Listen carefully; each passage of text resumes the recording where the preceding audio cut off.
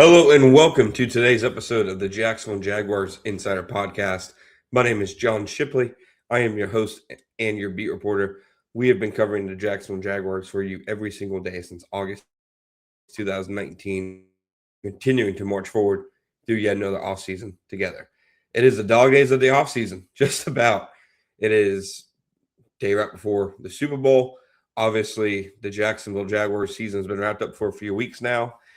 And my overall impression, even before the Super Bowl, and excuse me if my voice, it sickness has just been going around. Obviously, it's been Antarctica in Jacksonville as of the last few weeks. But how this Super Bowl to me and how this AFC playoff field has played out, I believe that there was no other impression for me watching it other than the thought that Jackson was probably be a little frustrated, a little meaved, a little PO'd, because there wasn't any game in this entire AFC playoff field. I mean, Houston, complete meltdown offensively against New England. New England's offense wasn't good against Houston. Obviously, I know there was conditions, but still, you saw the high variant side of Josh Allen after he played pretty much a flawless game against the Jaguars. He made several just dumbfounded plays. And there were obviously a number of other wild plays in that Broncos game. But the Bills looked as beatable in that game that they obviously did lose as they did against the Jaguars. And the Broncos at no point looked like a team to me that I don't think the Jaguars should have been doubted going in there and winning a second time. I would have picked the Jaguars. And then finally in the AFC Championship, it's hard to really judge it because Bo Nix didn't play. I know there was some semi notion going into the game that, Jared Stidham had a pretty good game with the Raiders years ago, looks good in the preseason. Maybe they can scheme him up. And I know obviously the conditions, but I was never of the thought that Jared Stidham could provide what Bo Nix did. I'm not a Bo Nix guy. That's obvious for anybody who's listening to me. Yeah, I've just never been a big fan of his game as opposed to, I guess, the consensus, at least the last few years. It's definitely biased. He's definitely better than I give him credit for, and I'm willing to acknowledge that. It's just when you watched him and the Broncos offense. So say the Jaguars win that game against the Bills. The second round obviously looks completely different. Denver plays Houston. Jacksonville plays New England. So the Bo Nix injury never happens. The CJ Stroud meltdown against New England never technically happens. So, I mean, it's fair to say he very much so could have had a meltdown all the same against Denver. Jaguars would have played New England in the divisional round had they beaten Buffalo. And I know this is beating a dead horse. The season is over, but it's the last game of the season on the NFL calendar, Super Bowl. So it's the last real time to talk about it. Had the Jaguars had to travel to New England, I'm a big, Drake May fan. I thought he was one of the top guys, obviously, in that draft class. I don't do like a rankings or anything like that, so I'm not going to be like the many who had him as 2 or some even had him as 1. It was a fantastic player coming out of school, and I'm glad to see him, having the success that he's having.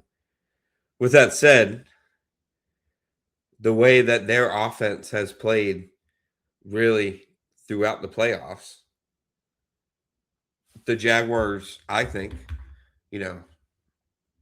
have the better offense. In my opinion, better quarterback. As much as I'm a big Drake May fan, the way Trevor Lawrence was playing, I would have put it over at even the way Drake May was playing. And I think ultimately the Jaguars would have went into New England. And then who knows what happens after that. That's all irrelevant now. But that to me was my biggest impression watching these AFC playoffs was that the Jaguars could have and probably should have ran the table. Couple mistakes against Buffalo, they lose the game. Trevor Lawrence doesn't get the first down.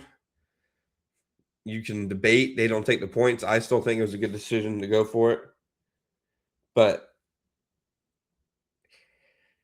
you look at, them not being able to stop Josh Allen late in the game. You look at Cam Little's missed field goal. A lot of moments in that game that could have swung it the other way for the Jaguars. But looking now at the Super Bowl specifically, and what I think the Jaguars can glean from it, I think the Jaguars can obviously see these two teams face off and, on one hand, get an early look at New England. Look at New England against a top defense and top defensive structure and top defensive head coach. Who knows when the Jaguars will play New England next season, but they will play them at one point, and this is tape of them against the best of the best. But I think this is also showing how, frankly, important it is to have that perfect blend of head coach, play caller, and quarterback. New England's the perfect example to me. Drake May is fantastic. Mike Vrabel, coach of the year. I think Liam Cohen should have won it over him. And here's my argument. The Jaguars faced a tougher schedule, and they had more marquee wins against the 49ers, against the Chargers, against the Chiefs, against the Texans, against some competitive teams, down the stretch, against the Broncos. Had the Jaguars season ended differently, obviously, I believe the votes end after the regular season ends.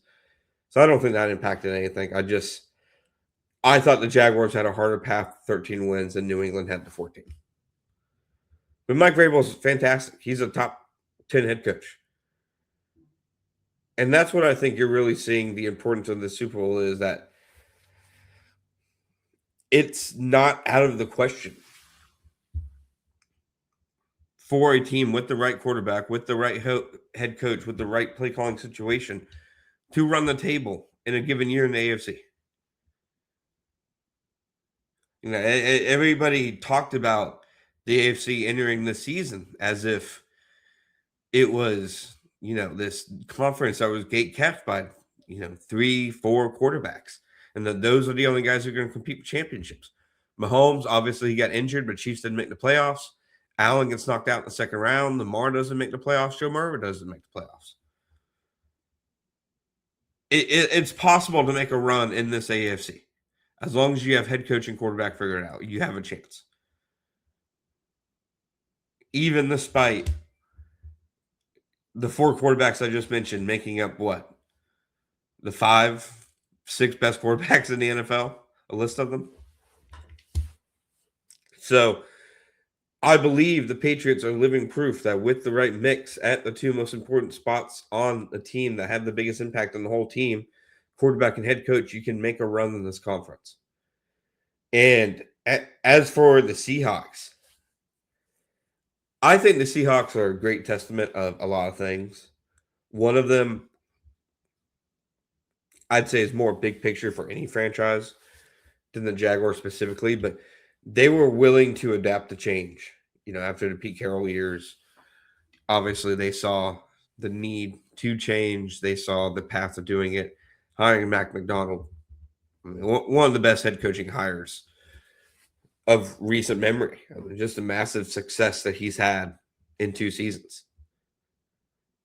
But looking at how they build their team, through the trenches, I'd argue that they're winning the line of scrimmage each and every single week. And how they play defense. I mean, the rotation and amount of bodies that make plays for them on the defensive side of the ball. I just think that they're a great model for how they built their team.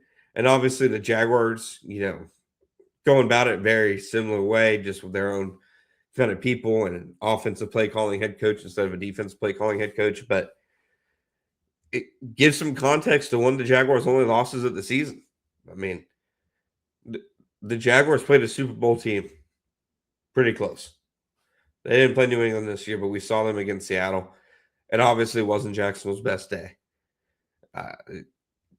You play that game in a different week, and they're not fresh off the Chiefs win. Maybe the game goes differently, but ultimately, that is what I'm looking for in the Super Bowl this weekend. Obviously, some former Jaguars as well. Doug Marrone, Kayvon Chason on the Patriots side, at least. Uh, who is it? I know some on Seattle side. I know Jason Myers is absolutely one of them. Shaquille Griffin as well, I believe. So that's what we'll be looking for. Thank you guys for listening to today's episode of the Jacksonville Jaguars Insider Podcast. My name is John Shipley. I'll be back next time.